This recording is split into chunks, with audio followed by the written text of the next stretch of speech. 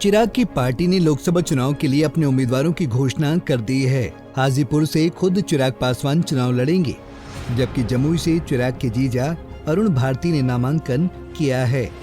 Party ने CM Nitish के करीबी मंत्री अशोक चौधरी की बेटी शांभवी चौधरी को समस्तीपुर, वैशाली से वीणा देवी और खगड़िया से राजेश वर्मा को उम्मीदवार बनाया है।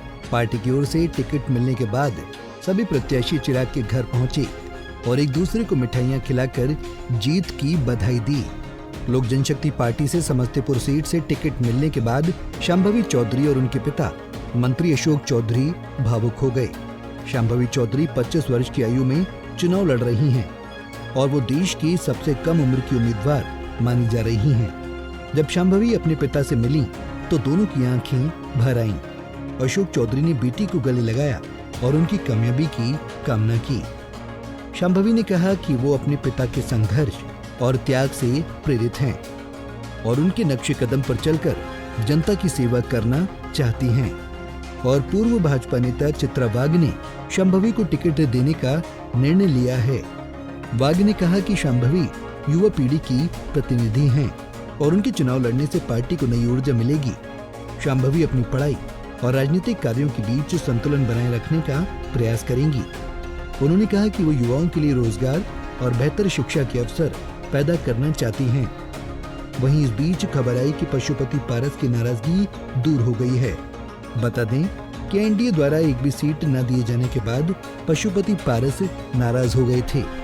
साथ ही उन्होंने केंद्रीय पद से भी इस्तीफा दे दिया था, लेकिन अब उन्होंने खुद को मोदी का परिवार बताते हुए सोशल मीडिया पर अपने साथ पीएम मोदी की एक तस्वीर शेयर की और साथ में कैप्शन में लिखा कि हमारी पार्टी रालोजपा एनडीए का अभिन्न अंग है।